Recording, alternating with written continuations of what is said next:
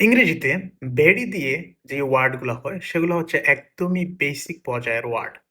কিন্তু আপনি যখন IELTS এর মতো পরীক্ষার প্রিপারেশন নেন, সেক্ষেত্রে আপনি ভেরির অল্টারনেটিভ খোঁজা আপনার জন্য অনেক বেশি জরুরি। আজকে আমরা এরকম ১০ টা অল্টারনেটিভস দেখবো, যেটা কিনা একটা ভালো ব্যান্ড স্কোর আপনাকে এনে দিতে পারে।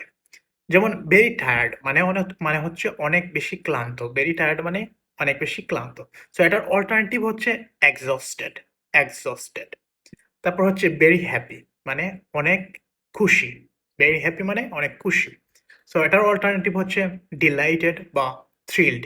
ডিলাইটেড বা থ্রিলড। ভেরি কোল্ড মানে হচ্ছে অনেক ঠান্ডা। That means freezing, freezing.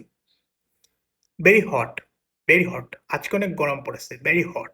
But এটার অল্টারনেটিভ হবে বয়েলিং, বয়েলিং বা scorching, scorching, scorching.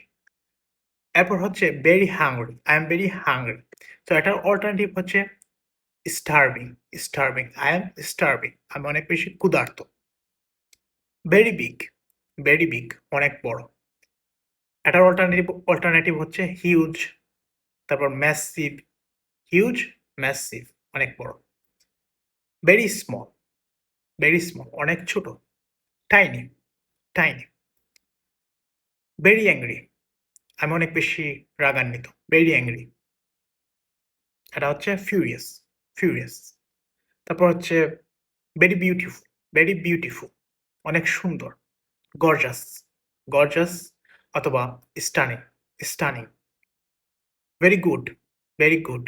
Excellent, excellent অথবা আউটস্ট্যান্ডিং, আউটস্ট্যান্ডিং।